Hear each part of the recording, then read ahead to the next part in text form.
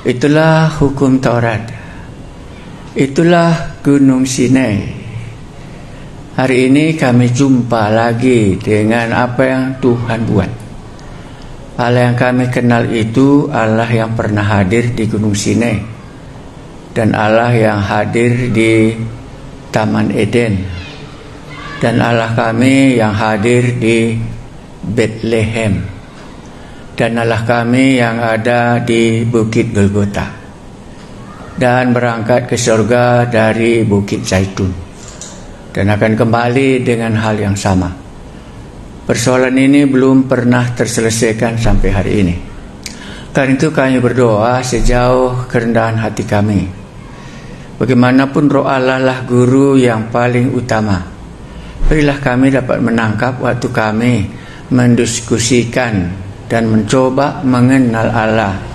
Knowing God, siapakah sebenarnya Allah yang kami terima dalam hati kami, dan Allah yang kami sembah, dan Allah yang kami katakan telah melahirkan kami kembali, dan yang telah mengampuni dosa kami, dan yang telah naik ke surga, dan yang telah menyediakan tempat bagi kami di surga. Berkatilah kami waktu kami mengenalnya, supaya penyembahan kami kepadamu jauh lebih benar. Biarkanlah umatku pergi, supaya mereka beribadah kepadamu. Biarkanlah umatku pergi, supaya mereka beribadah kepadaku. Itulah perintah waktu Mesir kepada Firaun, supaya umat Israel keluar dan beribadah di Gunung Sinai yang kami bicarakan sore ini. Terima kasih Tuhan, ada hari yang baik yang Tuhan anugerahkan. Demikian juga hati yang baik dan pikiran kami yang baik. Dan di dalam nama Yesus, setan pergilah engkau daripada kami, karena kami mau berjumpa dengan Allah kami yang di Gunung Sinai dulu, dan hari ini ada di tengah-tengah kami sebagaimana engkau katakan, kalau 2-3 orang membicarakan namaku, aku ada di tengah-tengah mereka. Berilah kami merasakan Allah Yesus Juru Selamat kami, firman menjelma menjadi manusia itu ada di tengah-tengah kami, mengajari kami seorang demi seorang. Amin. Baik, mari kita baca Keluaran pasal 20. Jadi Anda sudah tahu kekuatan teologi itu. Hari inilah puncaknya bagi umat Israel. Itulah hukum Taurat yang belum pernah bisa diselesaikan sampai hari ini. Jadi kalau Anda sekarang mungkin sudah bisa berkata, aku sudah mengenal Allahku itu, ya. Allah yang mana kau kenal? Oh, hari ini aku Allah mengenal di Gunung Sinai. Itulah undang-undang hukum Taurat. Ada sebagian tiap minggu itu dibacakan. Karena itu Anda mencobanya dengan rendah hati, apakah nanti Anda mengerti dengan benar, ya. Karena inilah persoalan teologi yang terbesar. Mari kita buka Keluaran pasalnya yang ke-20.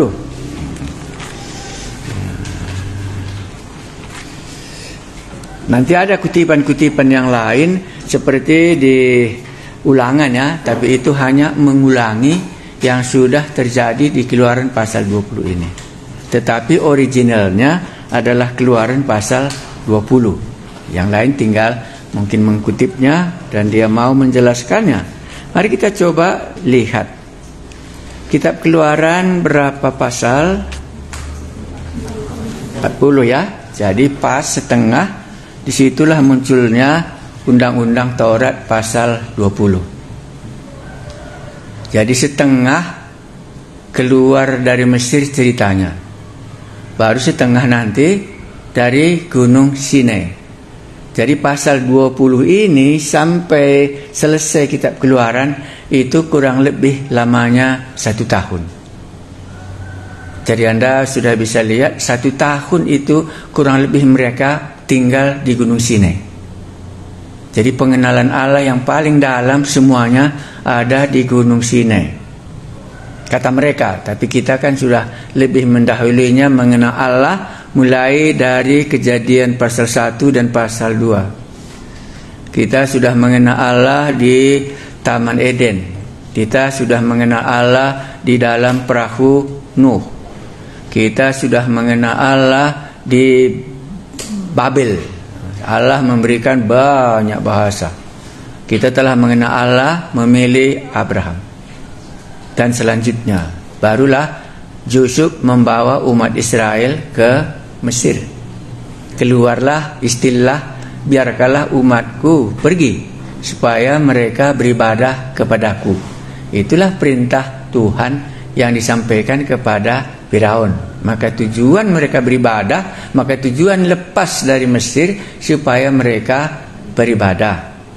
Makanya beribadah itu di mana? Itulah di Gunung Sinai. Itu teologian yang paling penting. Ya, jadi sampailah kita pasal 20 ini. Mari kita coba lihat. Anda sudah baca pasal 18, Masa dan Mariba sudah kan di Refidim kemarin ya. Kemenangan orang Israel melawan orang Amalek ya. Sudah mulai perang. Jadi kalau Anda gariskan mulai pasal 15 ini gambaran orang yang sudah dilahirkan kembali. Kalau mau bandingkan dengan perjanjian baru, orang Israel dilahirkan kembali. Maka penutup pasal 14, maka percayalah umat Israel kepada Allah, dan mereka takut dan mereka percaya juga kepada Musa sebagai orang yang ini. Ini kata-kata kunci dalam bagian Alkitab ini. Mari kita ulangi supaya nanti bisa dapat bayangan Anda. Jadi kalau pasal 12 itu kan Paskah ya. Itu membuat mereka bisa lepasnya. Sekarang mereka sudah lepas. Mereka sudah dilahirkan kembali. Mereka bukan lagi di bawah kuasa Mesir. Nah, makanya kita baca kata kunci Keluaran pasal 14. Ayat 30 ya, itu enggak boleh kita lupa. Sama dengan kita, kalau kau tidak dilahirkan kembali, enggak bisa kau masuk ke dalam kerajaan surga. Jadi kalau mereka ini tidak keluar dari Mesir, enggak bisa mereka masuk ke tanah Kanaan. Itu syaratnya. Demikianlah, saya baca sekali lagi. Demikianlah pada hari itu Tuhan menyelamatkan orang Israel. Jadi orang Israel sudah diselamatkan dari penjajahan Mesir. Ini kata selamat. Maka di perjanjian baru jumpa juga kita, berilah namanya Yesus karena dialah yang menyelamatkan umatnya dari dosa mereka. Jadi kalau ditanya keselamatan orang Israel di sini dengan keselamatan orang Kristen, apa bedanya gitu? Bisa Anda bedakan atau belum? Kalau belum biar ku jelaskan. Ini kan kata selamat. Demikianlah pada hari itu Tuhan menyelamatkan orang Israel dari tangan orang Mesir. Apa bedanya keselamatan di sini dengan waktu Yesus katakan kepada Sakeus ya, hari ini terjadi keselamatan di rumah ini. Dari mana Sakeus diselamatkan? Ya, ini dari mana mereka diselamatkan? Dari perbudakan di Mesir. Ya, jadi sudah bisa ya bayangkan. Sama atau enggak? Beda ya? Ya. Jadi ada keselamatan secara jasmani, ada keselamatan jiwa. Ya, kita ulang-ulang itu. Ada keselamatan jasmani, ada keselamatan jiwa. Perjanjian baru dua dapatnya. Mereka diselamatkan secara jasmani dan mereka juga diselamatkan dari jiwa mereka. Itu perjanjian baru.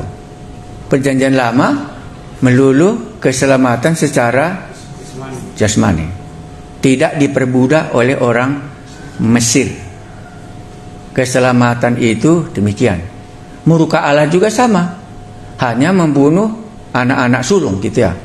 Jadi hukuman di situ hanya hukuman kematian secara jasmani, bukan hukuman secara rohani dimasukkan ke neraka. Makanya bayangan ya, itu kan Ibrani pasal 10 ya. Jadi keselamatan di dalam perjanjian lama itu hanya berbicara soal bayangan. Yang realnya itulah waktu Yesus datang menyelamatkan tubuh dan roh jiwa. Ya, maka sekarang lebih cenderung keselamatan kita masih keselamatan rohani. Roh kita yang sudah diselamatkan. Karena orang Kristen pun kan masih dikuburkan. Berarti jiwanya berarti tubuhnya belum diselamatkan. Upah dosa mati itu masih dialaminya. Tetapi nanti waktu Yesus datang kedua kali, barulah keselamatan jasmaninya dibangkitkan dari antara orang mati. Ini kategorinya. Karena umat Israel itu dikeluarkan, dan dikatakan di sini mereka diselamatkan dari tangan orang Mesir. Dan orang Israel melihat orang Mesir mati terhantar di pantai laut, mati secara jasmani. Ayat 31. Ketika dilihat oleh orang Israel betapa besarnya perbuatan yang dilakukan Tuhan terhadap orang Mesir, maka takutlah bangsa itu kepada Tuhan. Itu sudah lumrah ya, karena dilihatnya apa yang dilakukan oleh Allah, ya takutlah mereka kepada Tuhan.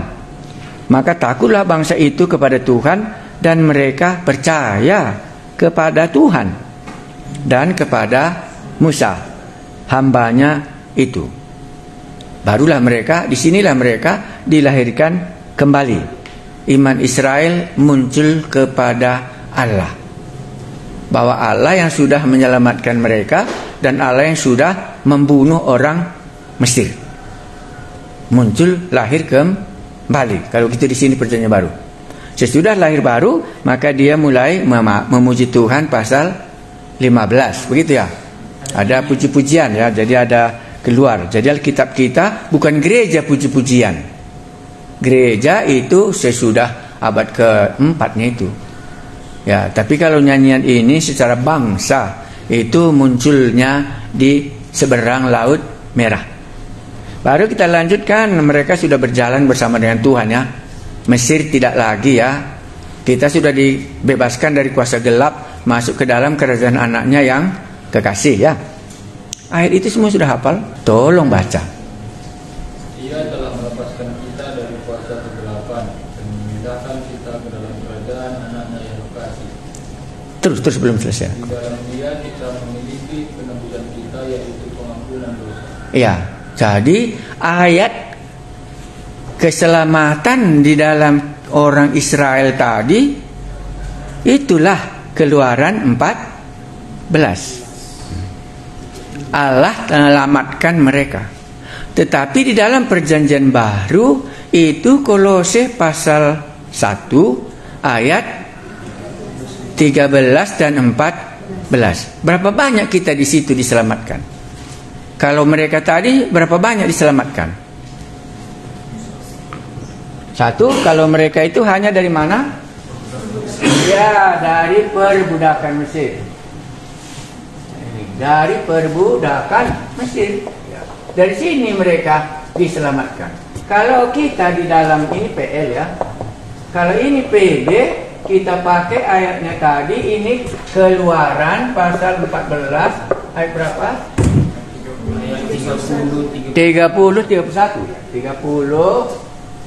sama 31. Ini di sini. Ini keselamatan umat Israel. Bagaimana di dalam Kolose pasal 1 13 sampai 14. Ini keselamatan di dalam perjanjian baru. Ya. Berapa banyak kita diselamatkan dalam ayat ini? 1. Ya, jadi kita pertama sekali itu dari kuasa. Ya, kuasa kegelapan. Ini aja kita bikin sepanjang payah. Ya, dari sini kita dilepaskan. Makanya tadi Israel menjadi musuh pertama mereka, itulah ahli-ahli jampi. Jadi hati-hati kita. Ini dari sini yang kita nomor 1. Makanya kalau nanti di gereja Anda sudah jual lagi minyak-minyak semua, Anda sudah tahu, sudah masuk lagi okultisme ke gereja, sama dengan waktu Tuhan Yesus datang ke gereja, ada kerasukan setan. Karena ini dari sini kita dilepas. Ya. Jadi nggak ada manusia yang tidak terlibat dalam kuasa setan. Kalau dari cerita Alkitab ini, walaupun orang Barat, ikutnya dia kena. Ya. Dari sini kita dilepaskan. Ya. Makanya setiap kali ada penyerahan anak atau baptisan, ini harus saya singgung. Saudara ini namanya si Badu, tidak lagi milik kepunyaanmu ya setan. Dulu kan ini dia milik kepunyaanmu. Sekarang dia sudah pindah beribadah kepada penciptanya. Karena saya bayangkan Mesir tadi, nggak ada orang Israel itu lepas daripada pengaruh Mesir, di mana orang Mesir itu menyembah berhalanya. Kalau ini nggak dikalahkan, nggak bisa keluar orang Israel.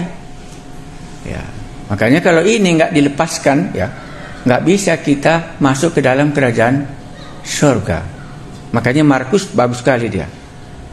Yang dilayani Yesus pertama sekali semua dalam Injil Markus, setan semua. Jadi kalau Anda nggak siuman terhadap setan, ya Anda sudah kena sampai sekarang. Ya. Kalau Anda nggak siuman, nggak yakin Anda di bawah kuasa setan, sesudah itu baru Anda pindah, ya berarti masih Anda kena. Ya. Karena kita telah dilepaskan dari kuasa kegelapan. Dari mana lagi? Oke, jadi kita diselamatkan dari dosa, gitu kan? Ya. Oke, dosa ini kemana dibuat? Ada kata apa di situ? Ya, dosa ini pengampunan. Ini kuasa. Makanya kalau nggak ada kuasa, nggak bisa dia. Ini dua bedanya. Ini yang mau diceritakannya. Kita telah dilepaskan dari kuasa kegelapan. Maka Yesus harus memiliki kuasa seperti kuasa di Mesir, ya. Nah, baru ada pengampunan dosa, sehingga tidak jadi hukuman. Itu masuk kita Keluaran pasal berapa ya? 12 ya. Ayatnya yang ke-13 ya. Ini pengorbanan ya. Kalau pengampunan dosa ini harus ada pengorbanan. Begitu kah? Udah ngerti kah? Ini pengorbanan ini. Makanya itu keluarnya di Mesir dulu.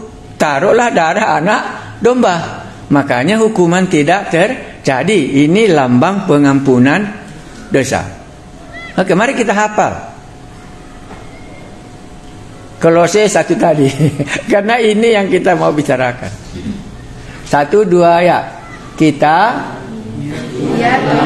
Oke, mantap, bagus. Siapa dia di situ? Iya Pak. Ya, inilah pertama ya. Makanya di sana dia tak pakai tadi Tuhan ya. Ya, ini bagus. Lebih saya. Jadi ada oknum dia. Ya. Makanya Yesus datang ke dunia ini ya untuk membinasakan perbuatan iblis. Ya. Sesudah itu baru terjadi pengampunan dosa. Jadi nggak boleh kita lengket di sini saja. Kita harus tahu ada kuasa setan yang menguasai hidup kita.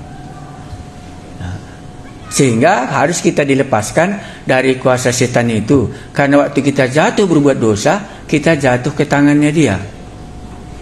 Kan begitu waktu Adam dan Hawa. Ya, bukan ke tangan Allah dia. Makanya, kenapa kau takut? Kenapa kau malu? Ya inilah dia. Oke, kita baca coba. 1, 2 ya. Dia telah melepaskan kita. Sampai di situ. Kata telah ngerti? Makanya tadi di sini umat Israel telah percaya. Jadi dia sudah lepas dari situ.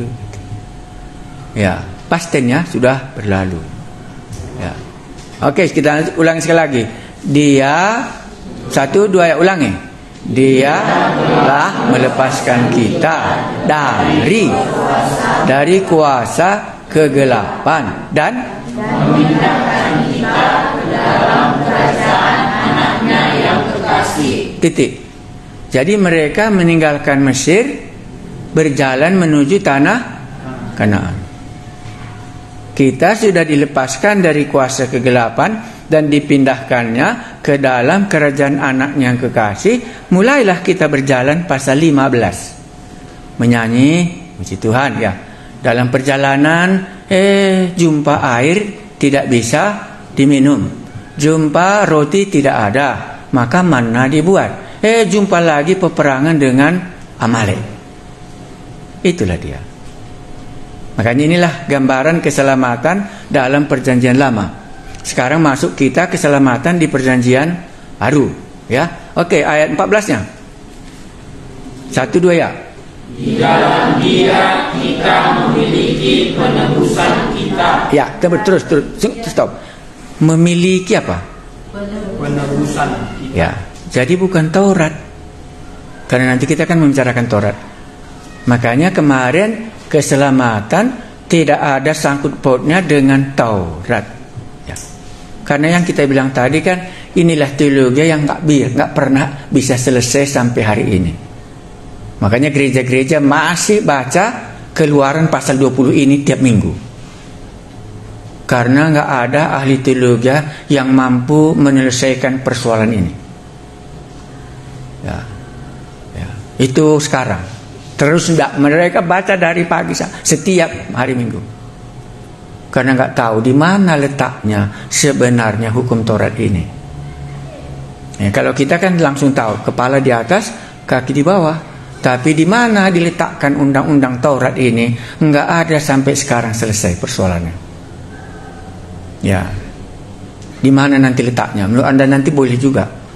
Ya, bisa kita renungkan supaya kita bisa tahu gitu. Makanya saya bandingkan keselamatan di dalam orang Israel, karena ceritanya kan semua letaknya di umat Israel ya. Dan sekarang dengan perjanjian baru letaknya di mana? Ya. Makanya kita memiliki. Ya, aku nggak usah mau eksegesi sekali yang berat-berat ya. Jadi kita sudah memiliki. Memiliki apa? Penebusan. Ya, penebusan. Ya, itu nanti atonement namanya ya. Itu belum sekarang. Ini nanti paling lama kita bicara soal itu. Penebusan itu atonement namanya. Dibeli dia. Sama dengan umat Israel tadi, kan dijual dia di Mesir menjadi budak. Ya. Dan harus dibeli nanti dia. Baru bisa pindah milik ya. Gitu ya. Apalagi terus baca. Jadi itu pengampunan dosa. Ya, jadi pengampunan dosa itu harus penebusan dia. Makanya itu harus dibayar. Tidak bisa dengan kuasa. Makanya kemarin kita Yohanes 3:16, begitu besar kasih Allah akan dunia ini sehingga Dia mengaruniakan anaknya sebagai tebusan. Supaya setiap orang yang percaya kepadanya memperoleh hidup yang kekal. Jadi karena kita membicarakan siapakah Allah yang ku kenal itu? Allah yang ku kenal itu sangat berkuasa. Mulai dari pasal 1 sampai pasal 40 dalam kitab Keluaran nanti kulihat. Ceritanya di tengah umat Israel. Kalau Kejadian itu bukan di situ cerita Allahku. Itu mulai dari Adam sampai Yusuf. Allahku itu semua menyatakan dirinya. Sekarang Allahku itu menyatakan dirinya di Mesir, dan sekaligus sekarang menyatakan dirinya kepada umatnya sendiri. Itulah mulai dari pasal 15. Jadi Allah sudah tertutup.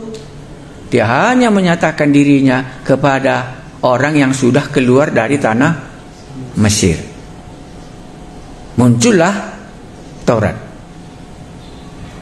Jadi kalau begitu, Taurat itukah menyelamatkan orang Israel atau Allah? Jadi di mana dibuat Taurat ini sekarang? Kenapa keluar Taurat sesudah mereka selamat? Ya, itulah yang menjadi pertanyaan yang besar. Jadi kalau nanti Anda tahu, ya Anda bisa mengerti. Oh, ini rupanya. Jadi kalau begitu sudah jelas keselamatan tidak ada sangkut pautnya dengan undang-undang pasal 20. Karena sesudah selamatnya mereka, baru mereka menerima undang-undang. Jadi kalau begitu, sesudah kita lahir baru kita mendapat undang-undang Allah. Supaya kita nanti merasakan sesuatu yang baru sesudah kita selesai mengenal Allah. Jadi umat Israel ini sesudah di Gunung Sinai, dia mendapat undang-undang Taurat.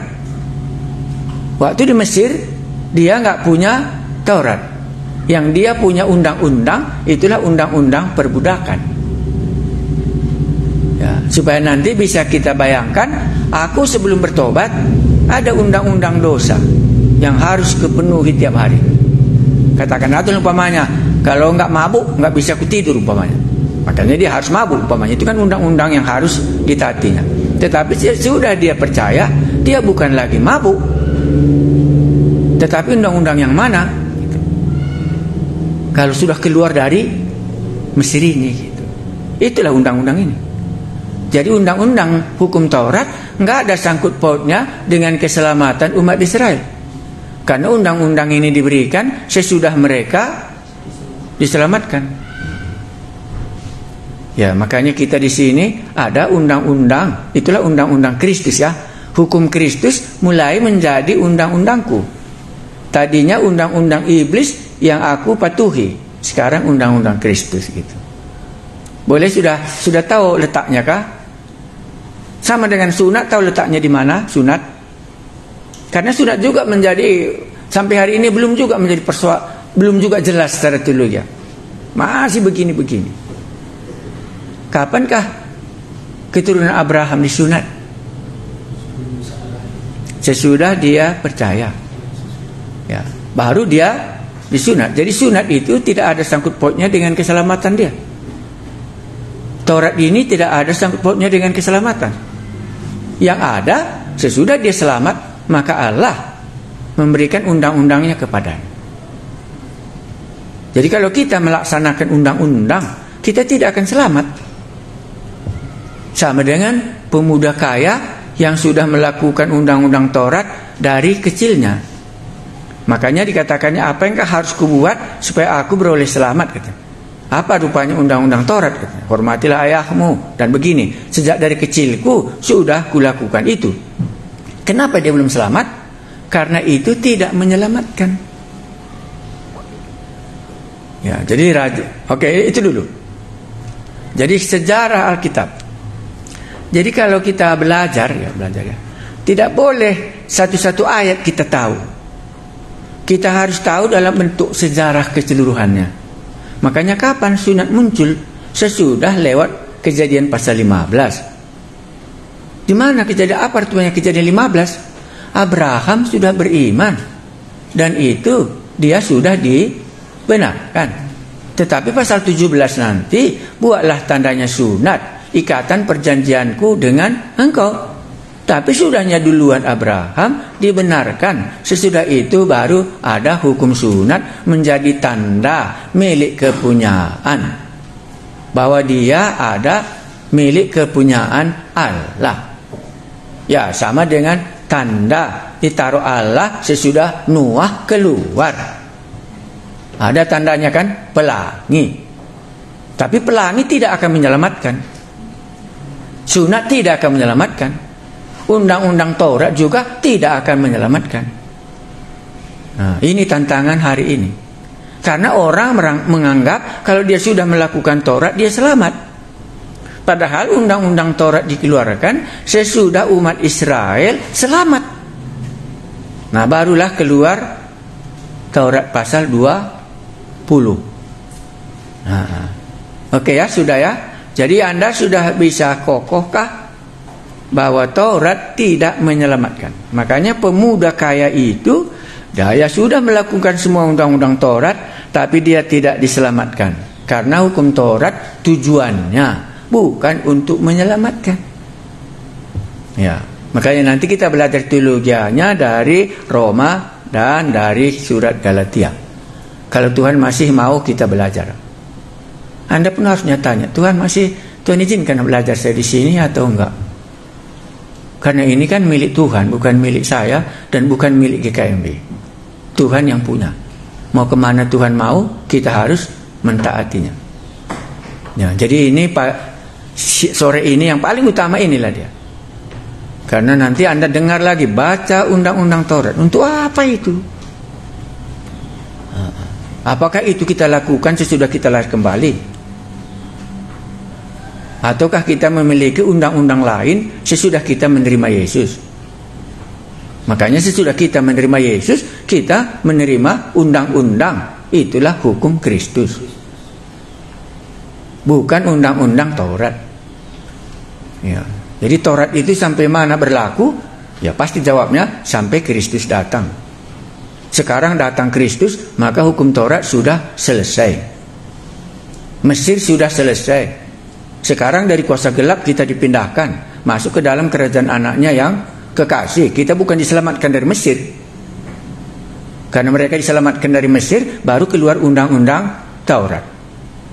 Kita diselamatkan dari kuasa gelap supaya bisa keluar undang-undang hukum Kristus ada di dalam hati kita. Berdoalah untuk musuhmu. Kan sudah jelas. Ya, itu kan undang-undang Kristus kan? Karena undang-undang Taurat nanti nggak ada. Berdoalah untuk musuhmu nggak ada. Berkatilah orang yang membenci kamu nggak ada. Karena dalam undang Taurat semua mata ganti mata. Itu harus seimbang. Ya. Bolehkah kita lanjut, kita baca ya? Kalau gitu saya kan sudah tahu. Ya, iya, mari kita baca. Tapi konteks Alkitabnya sudah bisa dikuasai kah? Saya tambahkan. Berarti kitab Keluaran ini separuh perjalanan dari Mesir gitu ya. Masuk separuh lagi 40, pasal 20 itu perjalanan di Gunung Sinai beribadah. Makanya tujuan mereka dikeluarkan dari tanah Mesir itu sungguh-sungguh mereka penuhi. 1 tahun di atas Gunung Sinai. Kerja mereka di sana hanya beribadah, baca nanti pasal 20 sampai pasal 40. Itulah kerja mereka di Gunung Sinai selama 1 tahun. Ya. Jadi perjalanan dari Mesir ya kurang lebih 2 bulan kurasa. Sampai di Gunung Sinai. 2 bulan sudah sampai. Tapi di Gunung Sinai mereka lama karena tujuan mereka dikeluarkan adalah untuk beribadah kepada Allah. Apa saja yang mereka ibadah pelajari, itulah nanti banyak undang-undangnya. Oke, mari kita baca. Kalau kita sudah jelas ya. Ya, kalau ada yang kurang jelas bisa lagi. Jadi sekarang cobalah buat sedikit saja. Karena Bapak ini banyak kali kemurahannya, gitu. Bolehkah Anda buat saja sedikit? Apa bedanya keselamatan yang dimiliki orang-orang perjanjian lama dengan yang dimiliki oleh perjanjian baru? Tuliskan aja coba. Tuliskanlah. Apa perbedaan keselamatan yang ada di dalam kitab Keluaran pasal 14 ayat 30-31 dengan kitab Kolose pasal 1 13 sampai 14. 1. Mereka dibebaskan dari perbudakan orang Mesir. Dia dibebaskan perbudakan secara manusiawi, secara jasmani, tapi tidak ada hubungan keselamatannya dengan jiwanya. Tetapi di dalam perjanjian baru, dalam Kolose pasal 1 13 sampai 14 ini, kami diselamatkan dari kuasa gelap. Setan akan berusaha membawa semua manusia supaya pergi ke neraka. Kami dikeluarkan dari neraka itu, bukan dari Mesir. Ini menyangkut kuasa. Kuasa Yesus yang bisa membebaskan. Pengampunan dosa nggak bisa. Kematiannya di kayu salib nggak berguna. Kuasa. Makanya di dalam Keluaran kelihatan kali kuasa Allah berhadapan dengan magic-magicnya orang Mesir. Baru kedua, itulah dosa-dosa diampuni. Itu pengampunan yang diberikan oleh pengorbanan Yesus Kristus. Oke, sekarang masuk kita undang-undang. Kalau sudah Anda bisa buat. Oke, saya baca. Mari kita. Sudah selesai kah? Atau yang masih ada yang belum? Sudah? Oke, mari kita baca Keluaran pasal 20. Keluaran pasal 20 ini ayat yang pertama.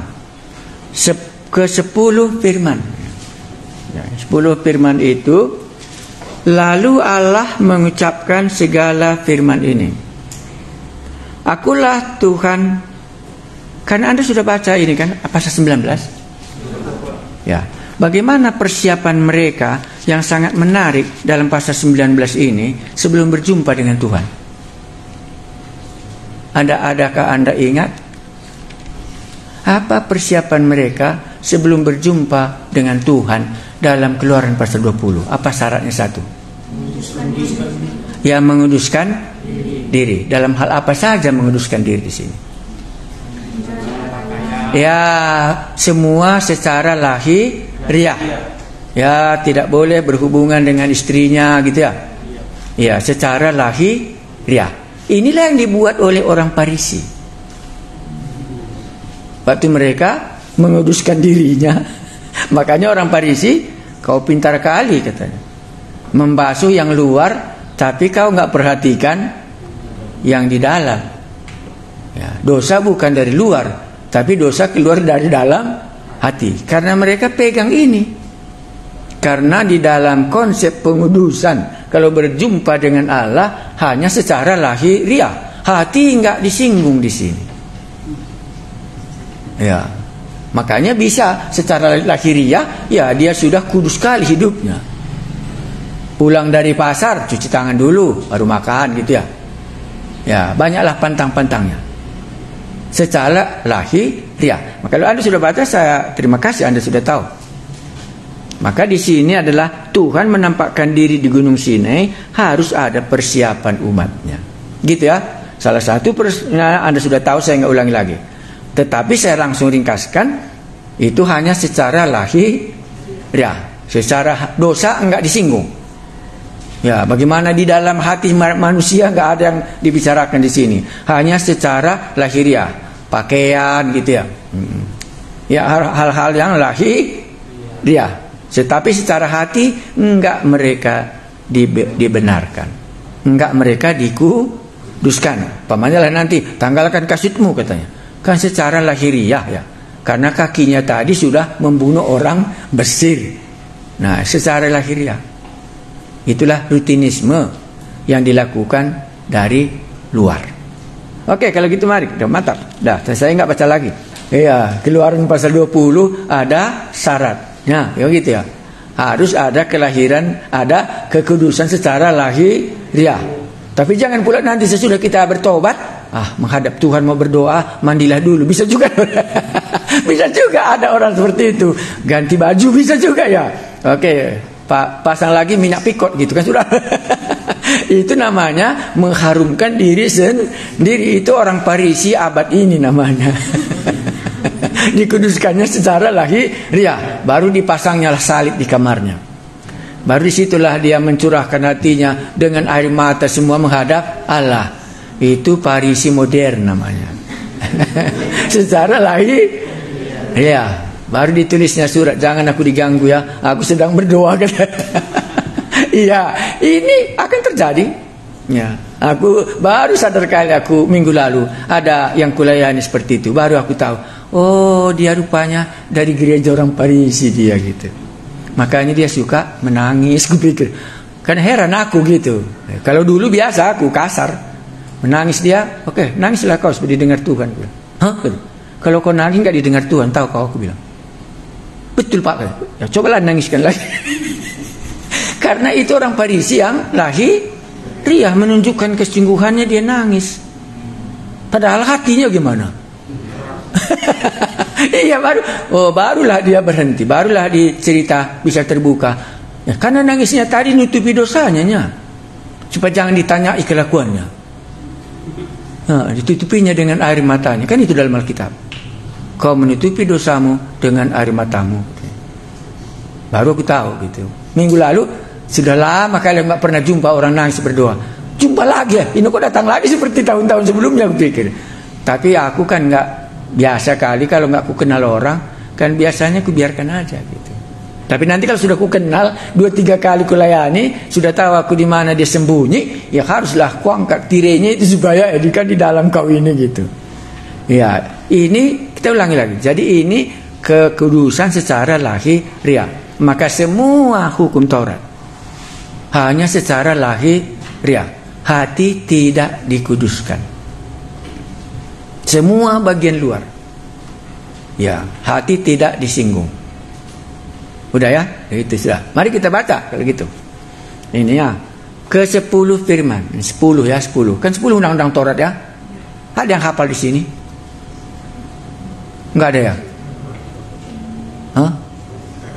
Ya, kami sama dengan Bapak. Bapak kan enggak hafal katanya. Enggak hafal aku. Iya, aku enggak hafal. Iya, waktu jadi guru agama aku payah aku menghafal hukum Taurat. Bukan saja menghafal hukum Taurat. Kalau aku pimpin khotbah yang pakai liturgi, kan harus baca doa Bapa Kami. Enggak pernah tamat aku doa Bapa Kami. Tapi ada juga gereja nakal, ditaruhnya di atas mimbar. Oh, nakal orang itu. Makanya doa Bapa Kami diam aja aku. Apalagi ampunilah dosa kami. Enggak pernah aku bilang itu. Makanya tadi sama rupanya mereka ini semua dengan aku. Enggak ada di sini gereja tradisi kuat kupikir. Ya, kalau istriku dihafalnya semua ini. Karena tiap minggu. Ya, kami terbaik kami. Ya, kami keturunan orang gereja kalau dari istriku. Mamaku itu oporusnya Angkola. Ya, bapakku itu pertama mengabarkan Injil ke Pulau Mentawai. Inang meninggalnya di Pulau Mentawai. Kami orang ada darah misi kami. Ya, makanya tadi ku bilang siapa yang sudah hafal, aku mau menentukan berapa jauh sekarang ini. Gereja-gereja yang masih kental kali doa Bapa Kami dihafal setiap hari Minggu. Kan ini diucapkan tiap minggu. Ya, oke, mari kita baca. Ke-10 firmannya 10. Lalu Allah mengucapkan segala firman ini. Tapi tuliskanlah di situ ya. Pasal 3:12. Pasal 20 ini adalah penggenapan. Keluaran pasal 3 ayat 12. Ingat ini ceritanya. Kalau enggak biar ku tolong. Waktu Musa berjumpa dengan Allah di Median di atas gunung ini. Baru Tuhan katakan, aku menyertai engkau. Tandanya aku menyertai engkau. Engkau nanti beribadah di atas gunung ini. Itu pasal 3 saya baca.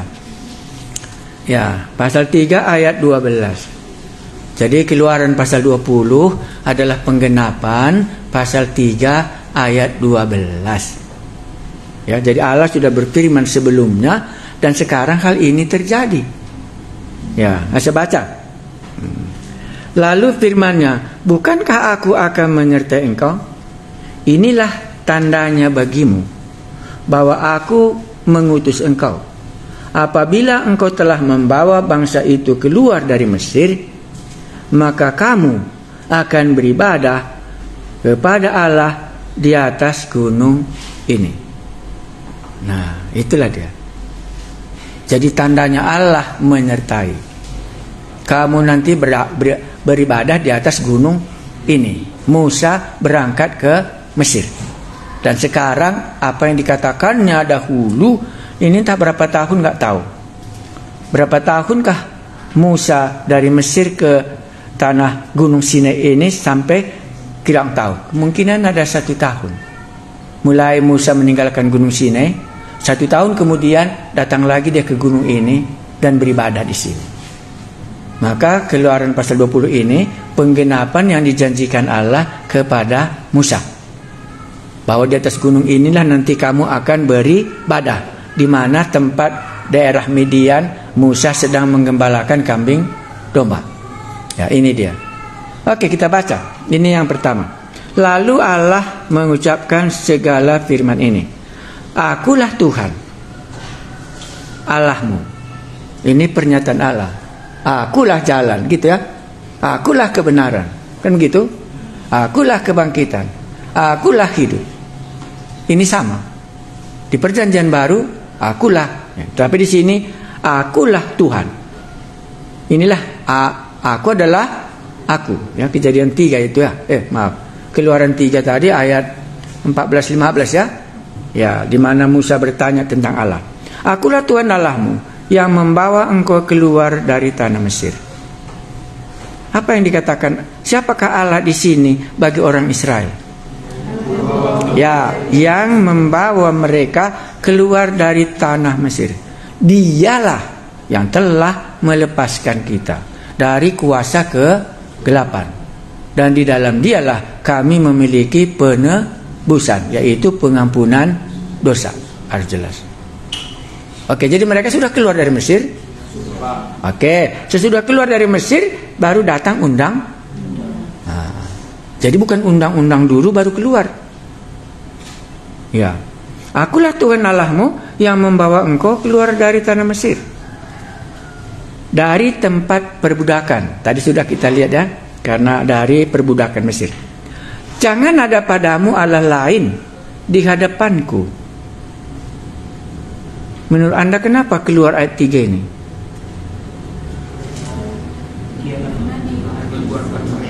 Bagaimana? Siapa yang tahu coba? Kenapakah jangan ada padamu Allah lain di hadapanku? Jangan membuat bagimu patung yang apapun yang ada di langit di atas, atau yang ada di bumi di bawah, atau yang ada di alam ini. Janganlah sujud menyembah kepadanya atau beribadah kepadanya, sebab aku Tuhan Allahmu adalah Allah yang cemburu. Jadi di sini Allah menyatakan diri cemburu, yang membalaskan kesalahan kepada bapa, anak-anak, dan kepada keturunannya yang ketiga dan keempat dari orang-orang yang membenci aku. Tetapi aku menunjukkan kasih setia kepada beribu-ribu orang, yaitu mereka yang mengasihi aku dan yang berpegang pada perintah-perintahku. Apa yang kita bisa mengerti tentang Allah? Sesudah dia katakan, akulah Tuhan Allahmu, akulah suamimu. Sesudah itu suaminya katakan apa? Jangan lagi ada suami yang lain. Kalau ada bagaimana?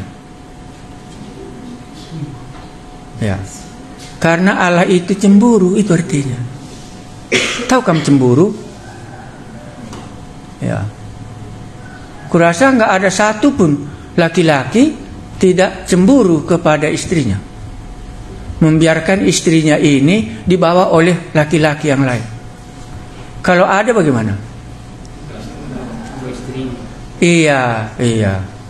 Berarti suaminya ini bandit. Ini pun bukan istrinya, mungkin ada lagi yang lain. Jadi kesetiaan, cemburu itu di sini, waktu ku baca-baca ya, cemburu itu di sini sama dengan keluarga. Karena kasihnya satu-satunya, makanya nggak diizinkannya umat Israel tadi beribadah kepada Allahnya Mesir.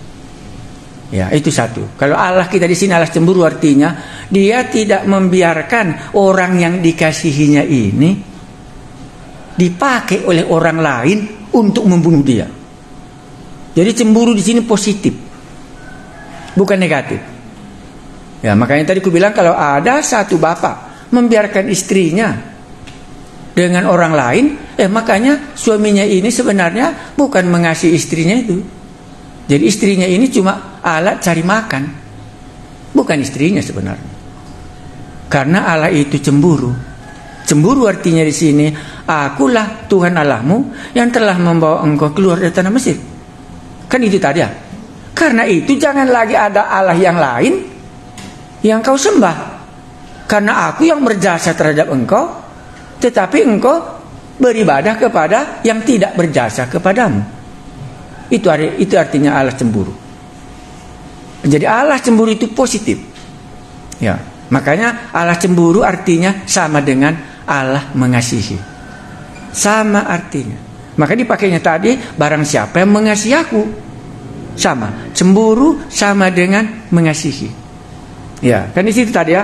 Janganlah membuat bagimu patung yang menyerupai apapun yang di langit dan di atas. Janganlah sujud menyembah kepadanya dan beribadah kepadanya. Tuhan Allahmu adalah Allah yang cemburu, yang membalas kesalahan bapa kepada anak-anaknya. Tetapi aku menunjukkan kasih setiaku beribu-ribu, yaitu mereka yang mengasihi aku. Jadi ada dua, cemburu sama dengan kasih. Ya. Ya, karena Allah mengasihi kita, maka nggak diizinkannya ada patung, ada berhala kita, kemana kita berharap. Karena sudah dilihat mereka bagaimana Mesir di dalam jampi-jampinya itu semua, Allah yang tidak bisa dipertanggungjawabkan dalam memelihara hidup mereka. Jadi cemburu di sini sangat sederhana artinya, karena Allah mengasihi. Jadi nggak diizinkannya orang yang sudah dikeluarkannya tadi dari perbudakan dari Mesir, sudah dikeluarkannya dari setan-setan tadi, dan sekarang jangan lagi kau campur baur dengan setan itu. Makanya dia mulai memperkenalkan, akulah Tuhan Allahmu. Tuhan Allah yang mana?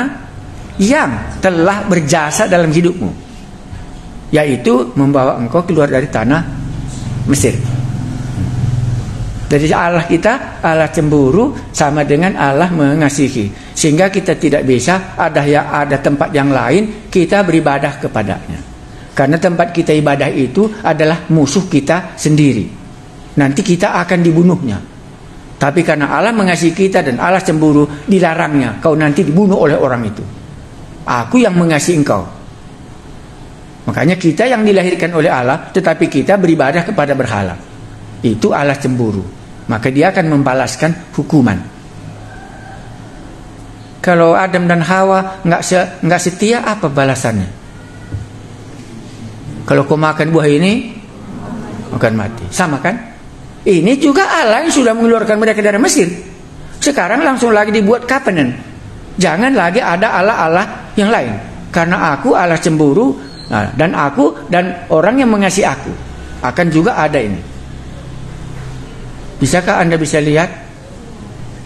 Kalau ada perbuatan Allah, dia meminta kita supaya jangan kita abaikan itu apa? Kalau bahasa Karunya tahu kamu? Lasam perbahanan di batandai. Bagaimana bahasa Indonesianya? Sama atau enggak? Orang Israel, orang Mesir ini tadi, orang Israel ini, siapa yang membebaskan dia? Akulah Tuhan Allahmu. Sekarang kalau dia menyembah Allahnya orang Mesir, bagaimana? Perbuatan yang sudah dilakukan oleh Tuhan Allah tadi, ini menjadi apa? Sirnalah. Iya. Apa artinya kalian bilang?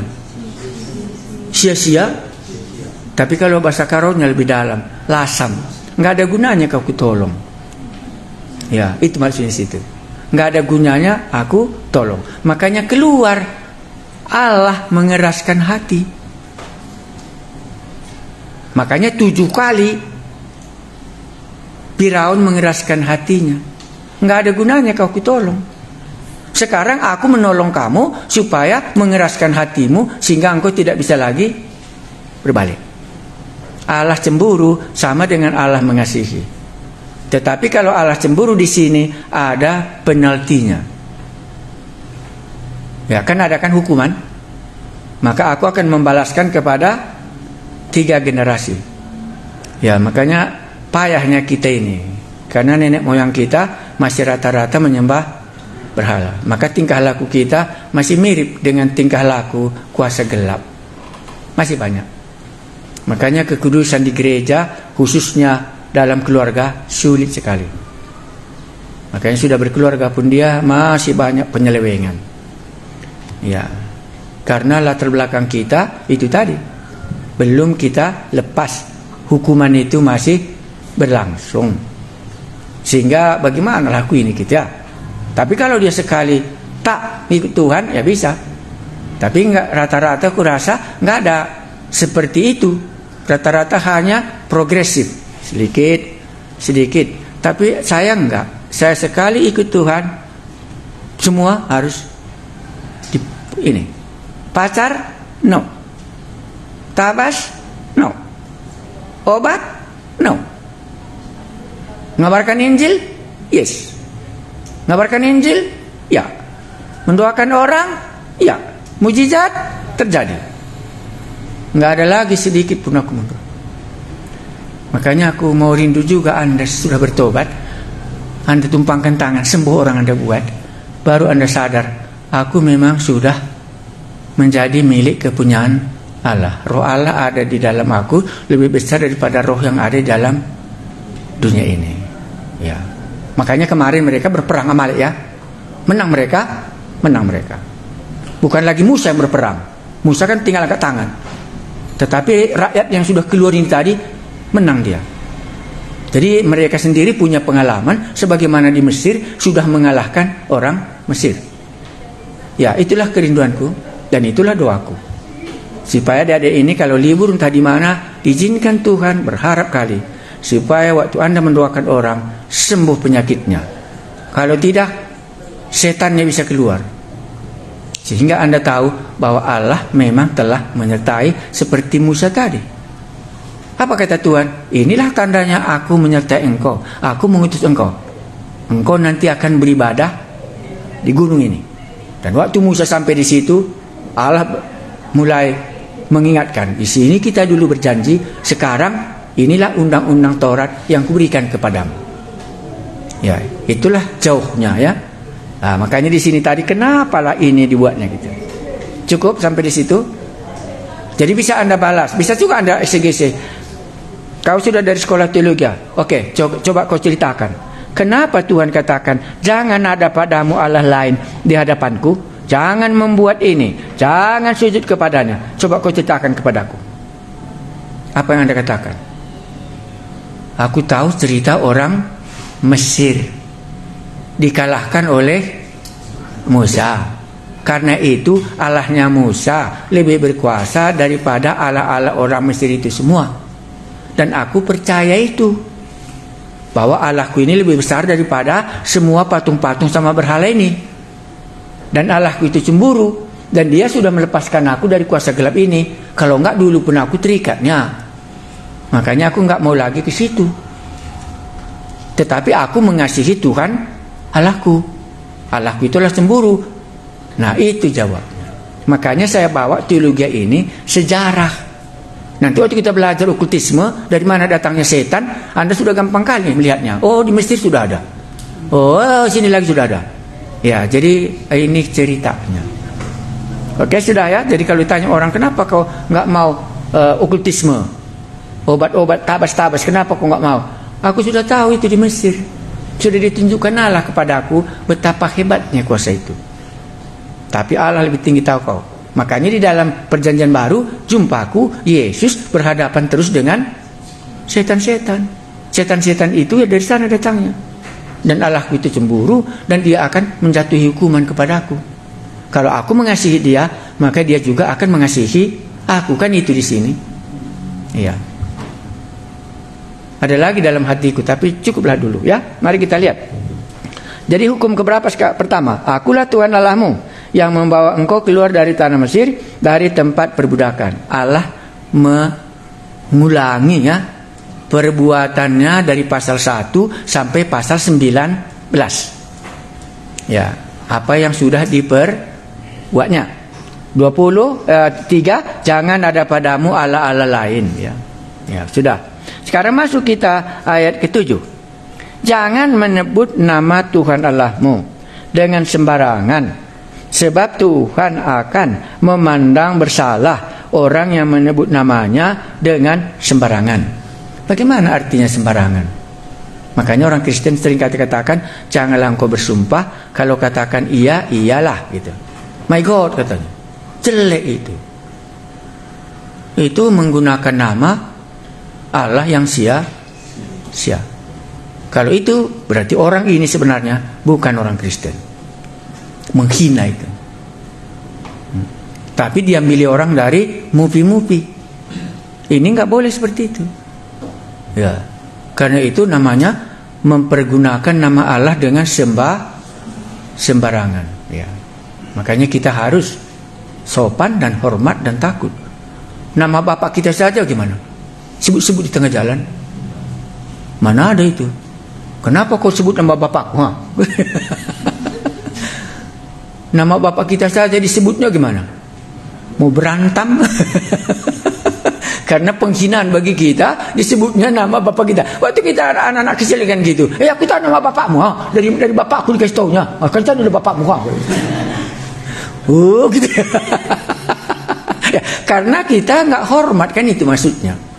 Makanya my God katanya waktu kami di ladang misi, kupikir akhirnya orang-orang yang tidak bertuhan pun cuma itu yang tahu di bahasa Inggris, dan di mana-mana itu disebutinya.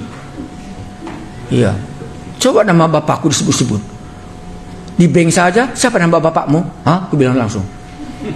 Karena itu kan paling-paling dibilangnya maaf ya, karena ini adalah security katanya, coba sebutkan nama ini, boleh.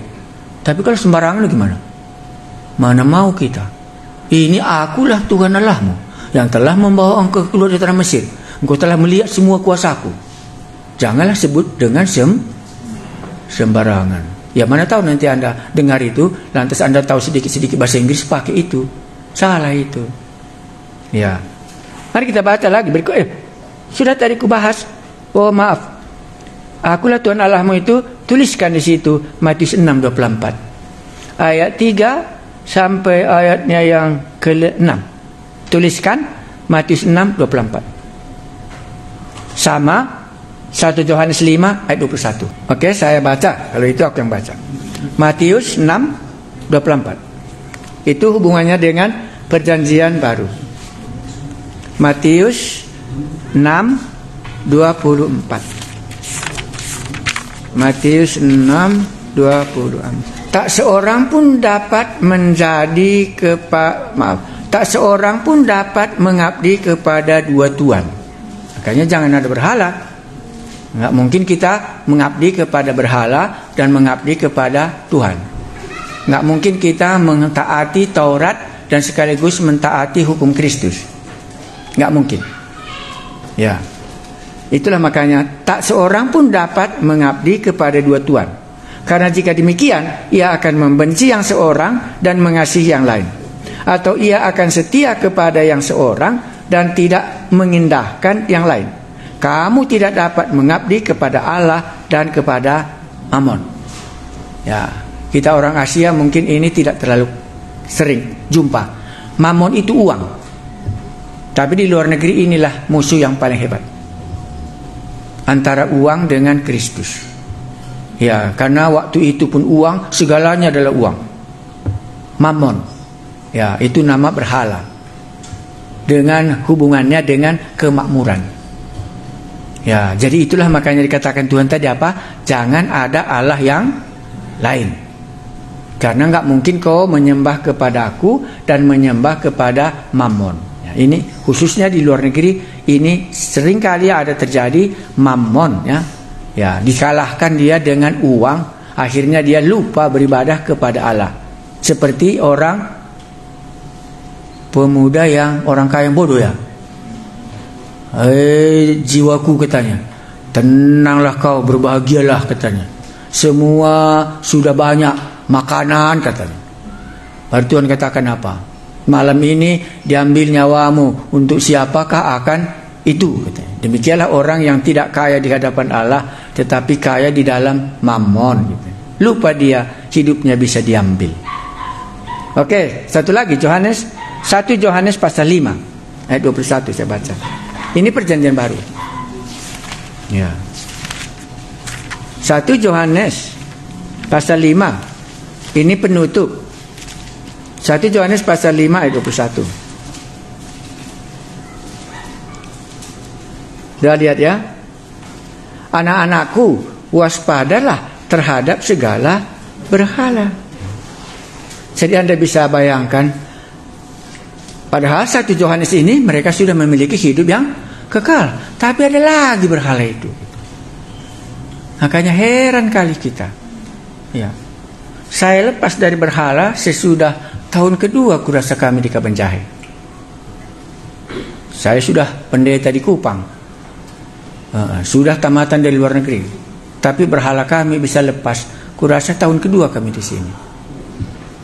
Itu pun sesudah terjadi mujizat, barulah aku sadar bahwa itu berhala. Itu pun karena Tuhan yang kasih tahu.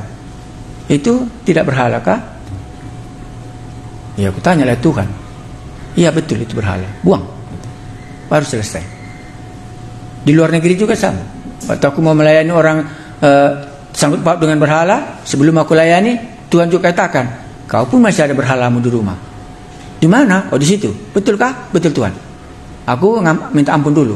Sudah itu baru aku layani orang yang terlibat dalam okultisme. Makanya dalam 1 Yohanes ini, anak-anakku, waspadalah terhadap segala berhala. Nanti waktu Anda pulang ke rumah, lihat saja di lemari saudara. Mana tahu masih ada warisan opung Anda di dalamnya berhala. Nanti Anda terkejut. Aku 2 kali. Di luar negeri, di Selandia Baru kan Anda tahu ya. Ya, di sana sudah jam 12, di sini baru terbit matahari. Ini di sana sudah gelap ini. Tapi disitulah Tuhan katakan, di situ berhala bukan di atas lemarimu itu. Yo, ya, karena aku yang taruh, masa kita nggak ingat? Ya, waktu semua aku selesaikan, menurut aku sudah selesai. Tapi ada yang singgah. Datang ke Kabanjahe lagi, sesudah pendeta di Kupang ya, sudah tamatan dari Batu Malang, sudah bikin kebun rohani di Kalimantan. Tetapi berhala masih sisa. Mana tahu Anda nanti pulang, kita kan ini tahun baru. Ya, coba Anda lihat di lemari dan semua tempat berhala Anda. Jangan nanti ada, karena ini kalimat 1 Yohanes pasal 5 ayat 21. Awas berhala, warning. Ada 3 kali kulihat di sini awas berhala. Tapi enggak usah kali semua, karena kita kan bukan belajar berhala. Ya, makanya kubatasi. Tapi bolehkah nanti Anda berdoa, Tuhan, adakah berhala di lemariku ini? Kalau ada, biarlah tahun baru ini akan bersih kami. Tanyain semua obat-obat di rumah. Ya, itu pun terjadi baru aku tahu. Ya, Tuhan buat mujizat. Ibuku patah tangannya. Ya, baru aku yakin akan sembuh ya. Mujizat akan terjadi begitu. Tapi Tuhan katakan nggak sembuh gitu ya. Tapi pada jam 4 pagi-pagi, aku di Medan ya, mengurus barang-barang sahabatku yang pulang ke luar negeri. Di sana Tuhan berbicara. Ya, tahu kok kenapa sakit gitu? Nggak tahu Tuhan. Coba tanya, obat itu dari mana? Yo. Ya, nanti ku tanya, aku pulang. Baru ku tanya. Benar itu berhala dari ayahku dulu. Nah, baru sudah itu 1 hari doakanlah. Pagi-pagi jam 4 mujizat sembuh. Karena dokter semua nggak bisa lagi bilang sembuh. Karena sudah tua, tulang kan nggak bisa lagi nyambung. Apalagi kawannya itulah dokternya itu adalah kawanku sendiri, sama-sama mengabarkan Injil. Tapi mujizat. Barulah kami sampai sekarang bersih. Itu boleh kukatakan bersih. Kalau anakku bersih kali. Pernah ditanya, apa itu kuntilanak? Katanya. Kan nggak tahu dia nama berhala. Apa itu kuntilanak katanya? Kenapa aku bilang itu? Bilang kawan-kawanku di sekolah. Karena kami di rumah nggak ada lagi membicarakan itu, jadi nggak tahu dia. Ya, makanya sampai sekarang pernah aku dibawanya. Ini kau kultisme itu katanya. Karena ada di situ dukun, dibawanya ke situ gitu. Supaya nanti kita lepas dari hukum keberapa itu? Hukum pertama dan hukum kedua. Ya. Jadi hukum pertama, akulah Tuhan Allah. Baru hukum kedua apa? Ya, berarti kalau ininya Allahmu, kenapa ada ini? Kan begitu ceritanya nih. Kalau diurutlah exegesinya ya. Kalau inilah Tuhan Allahmu yang sudah membawa engkau dari Mesir, kenapa ada ini? Sudahnya kau lihat apa yang terjadi semua di Mesir. Makanya jangan ya. Nah, tapi nanti Anda bisa baca langsung. Kau terkejut nanti. Kalau dibaca Keluaran 20 belakangnya sebentar lagi, 40 hari cuma Musa di atas, di bawah sudah apa? Iya, berhala anak lembu emas dicurinya. Dan itulah maksudku tadi, dekatnya manusia itu dengan berhala. Ya, aku bukan curiga sama saudara, tapi aku juga akan mau warning sedalam ini. Menurut aku, Anda nanti pulang terkejut kalau mau jujur di hadapan Allah. Ada berhala saudara. Makanya sulit Anda mengerti kitab suci. Ya, kan sudah kuceritakan, aku lepasnya ini. Ku bersihkan kali mula-mula aku bertobat. Sebelum aku berangkat sekolah teologi sudah bersih kubat semua.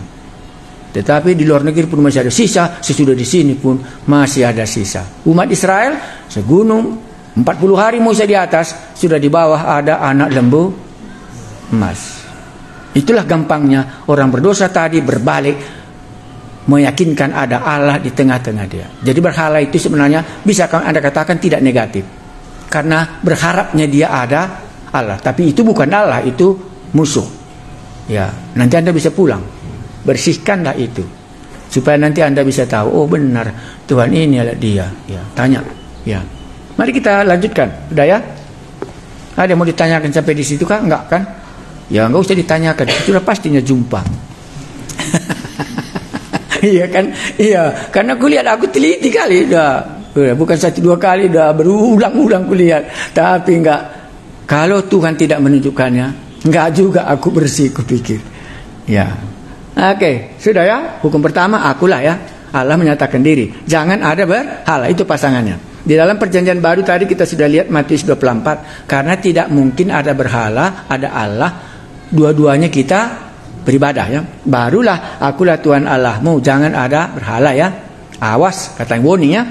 Oke. Berapa sekarang? Ya. Jangan menyebut nama Tuhan Allahmu dengan sembarangan ya. Itu tadi sudah. Ya, baru ingatlah dan kuduskanlah hari Sabat. Saya buat di sini pasal 20 ayat 8 sampai 11. Ya, walaupun enggak apa kali baca, nanti Anda baca di rumah. 6 hari lamanya engkau akan bekerja dan melakukan segala pekerjaanmu. Tetapi hari ke-7 adalah hari Sabat Tuhan Allahmu. Maka janganlah melakukan sesuatu pekerjaan atau anakmu, laki-laki atau anak perempuan, atau hambamu, atau dan seterusnya, dan orang asing. Ya. Ini mengenai hari. Ya. Ya, itu adalah dulu. Kalau hari Sabat dan sebagainya enggak. Orang-orang malas-malasnya kita maunya setiap hari Sabat gitu ya. Iya kan? Makanya nggak tertarik aku mau makan hari Sabat. Orang malas-malasnya sih. Nggak pun dibuat pun hari Sabat tiap harinya Sabat. Kalau orang Barat itu berbeda ya, karena mereka kan kerja 8 jam itu mesti ya. Jadi nggak usah dibicarakan kali hari Sabat. Kalau boleh Senin pun Sabat, Selasa pun Sabat, tiap hari. Iya kan begitu. Itulah dia. Nah, ayat 11. Sebab 6 hari lamanya Tuhan menjadikan langit dan bumi, laut dan segala isinya, dan Ia berhenti pada hari ke-7. Itulah sebabnya Tuhan memberkati hari Sabat dan menguduskannya. Tetapi sikap yang baik ya. Ya, sikap yang baik. Ada satu paket selesai, kita doakan. Itu bagi saya. Satu paket dalam hidupku selesai, kudoakan. Selesai kitab Kejadian, kudoakan. Nanti selesai kitab Keluaran, kudoakan. Selesai bulan Desember, kudoakan. Karena paket ini sudah berakhir. Walaupun nanti mungkin disambung lagi gitu ya. Ya. Jadi kita tahu hari-hari Tuhan berkati kita sampai di sini Ebenezer ya. Tahu artinya Ebenezer ya? Pasti benar. Sampai di sini Tuhan telah memberkati. 1 Samuel 12 ayat 12. 1 Samuel 7 ayat 12. Oh balik. Oke. Kalau gitu kita tukang saja begini kita bikin. Ini ya. Kan bisa? Nah, coba baca kalau betul. Kemudian Samuel mengambil sebuah batu ya, dan mendirikannya antara Mispa dan Yesana. Ya. Ia menamainya Ebenezer. Ya. Katanya, sampai di sini Tuhan menolong kita. Ya, itulah Ebenezer. Jadi aku bukan Sabat, tapi sampai di sini. Kita sampai di sini hari ini bulan Desember. Tuhan telah menolong kita bisa hadir di kelas ini. Itulah artinya Ebenezer. Ya, Tuhan telah menolong sampai di sini. Jadi kalau ada Sabat sampai di sini Tuhan sudah menyelesaikan pekerjaan ini. Walaupun nanti masih bisa disambung. Waktu kami meninggalkan Tibet, menurut aku sudah selesai pekerjaan. Tetapi sekarang harus lagi disambung. 20 tahun Ebenezer, Tuhan sudah menolong kita. Dan tahun berikutnya lagi disambung lagi. Tapi kalau itu cocok, ya. Jadi bukan tahun baru yang kita mau perjuangkan. sampai di sini Tuhan telah menolong aku, Ebenezer. Maka perlu kali kita membuat perhitungan di mana Allah telah menolong kita supaya kita tidak bisa lupa. Ini siapa yang membilang ini? Samuel atau siapa?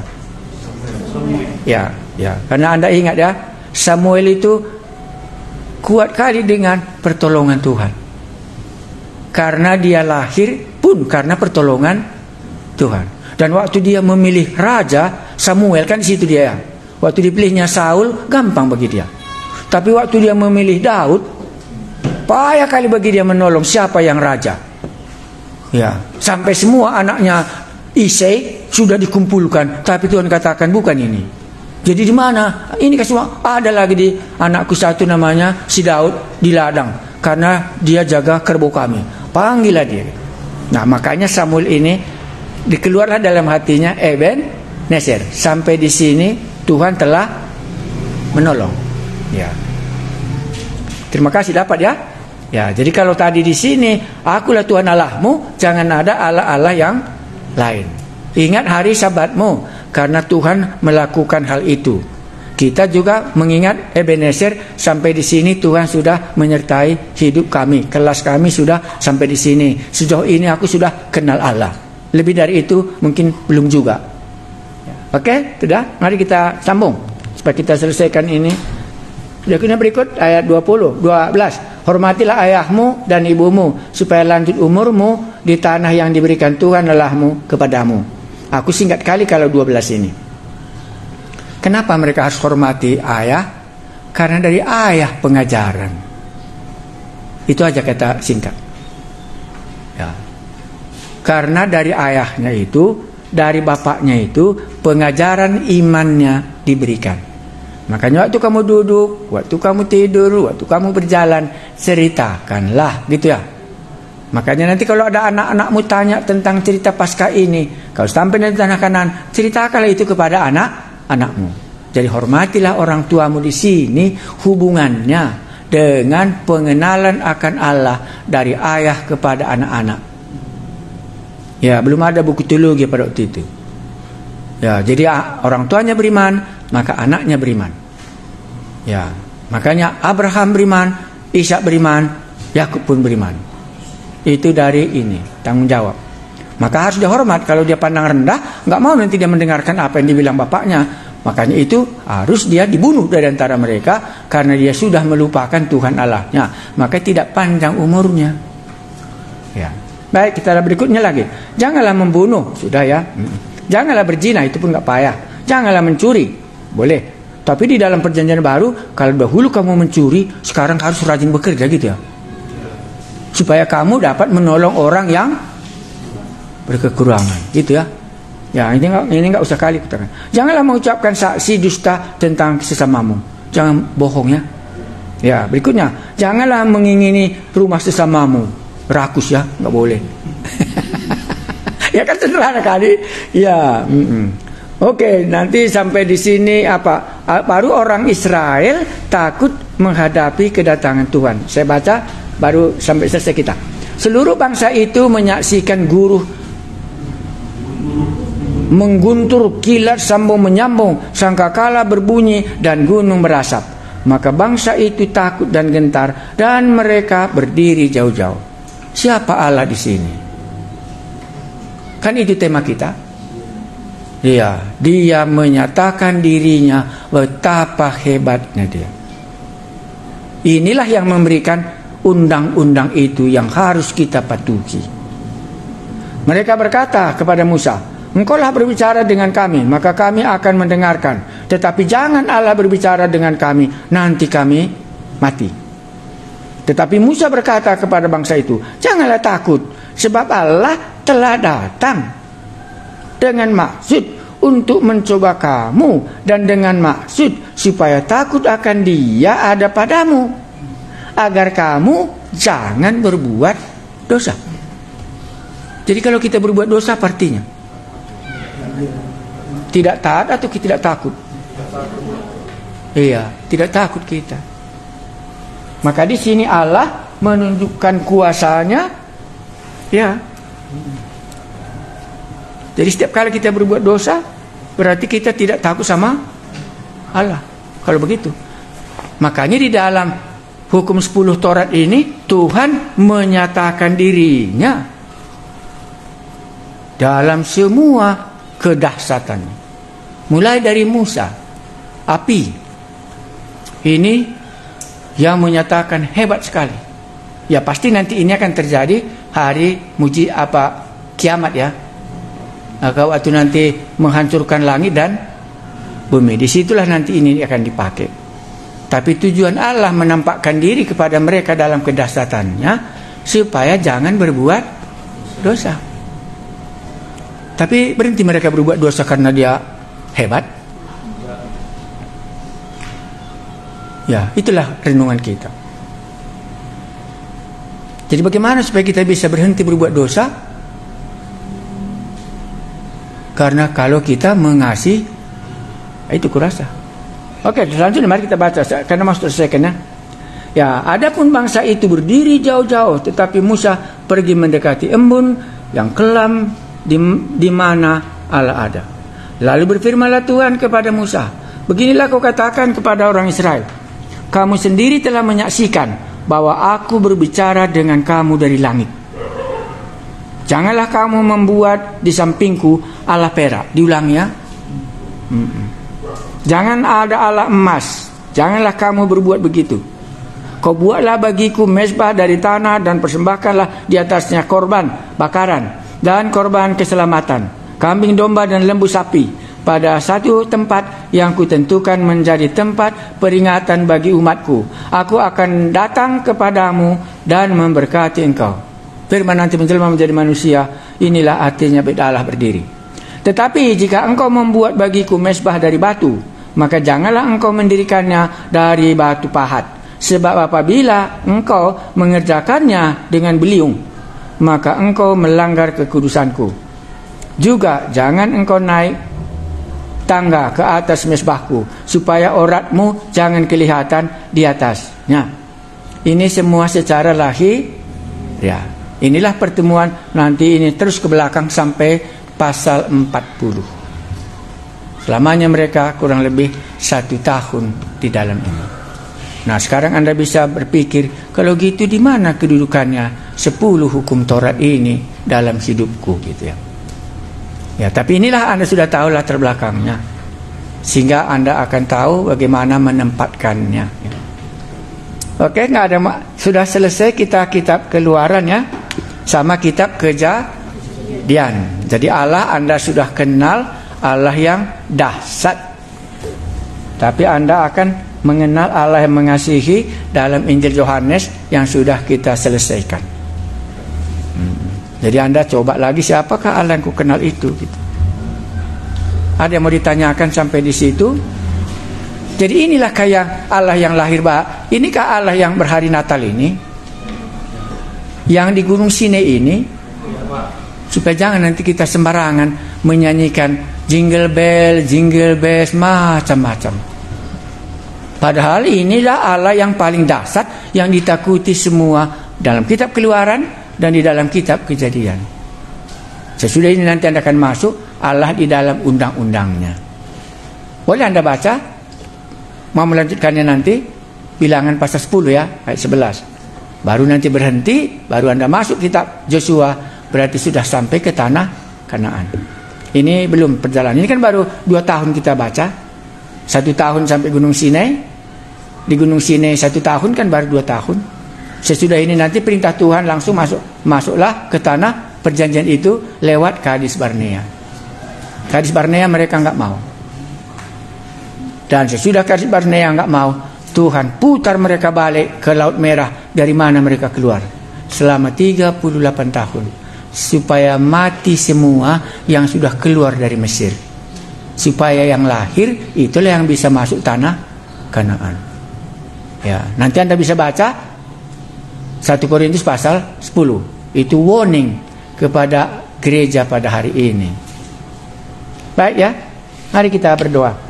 Kami telah menyelesaikan mengenal Allah kami. Dalam kitab Kejadian itu penciptaan. Kami telah mengenal Allah kami dalam kitab Keluaran. membawa umatmu keluar dari perbudakan Mesir. Dan engkau telah menyatakan dirimu, engkau telah menyatakan namamu, engkau telah menyatakan kekuasaanmu, baik di Gunung Sinai, demikian juga di hadapan Firaun, demikian juga di hadapan umat Israel. Tuhan telah kami kenal yang sungguh ada kuasa dalam semua keperluan hidup manusia, makan dan minum, dari kelepasan dari musuh. Kami menyembah Dikau, Allah yang sangat berkuasa, dan itulah yang datang dalam hari Natal ini, yang bisa menyelamatkan kami bukan saja dari perbudakan secara jasmani, tapi Allah yang menyelamatkan kami dari kuasa kegelapan dan menyelamatkan kami. Upah dosa adalah maut. Terpujilah namamu, itulah Allah yang kami percayai, dan kami rindu berdoa. Janganlah ada berhala. Kami pasti nanti libur akan kembali ke rumah kami. Ajari kami menemukan berhala yang masih sisa, yang masih tinggal. Tolonglah supaya kami bisa bersih. Sebagaimana Rahel, waktu dia meninggalkan Laban dari tanah Ur Kasdim, istrinya si Yakub, membawa berhala ayahnya. Dan sekarang di dalam perjanjian baru, Allah ingatkan kami supaya hati-hati terhadap berhala ini. Buatlah kalau masih ada belum kami bersih, supaya waktu kami libur kami bisa bercerita di tengah-tengah keluarga dan menceritakan, supaya kami bisa lepas dari kutuk berhala itu dan kudus menjadi hamba-Mu. Terima kasih Tuhan kami Yesus Ebenezer. Sampai di sini Tuhan telah menolong kami. Injil Markus, Injil Yohanes, Kitab Keluaran, Kitab Kejadian, dogmatika, sistematika hubungannya dengan siapakah Allah itu. Boleh kami mengenalnya dalam sejarah. Terpujilah namamu, Engkaulah Ebenezer yang telah menolong kami sampai bulan Desember ini bisa belajar di STT perjanjiannya ini. Kami menghadap Engkau, berilah kami lagi pengertian kemana kami harus berjalan. Terima kasih Tuhan Yesus. Amin.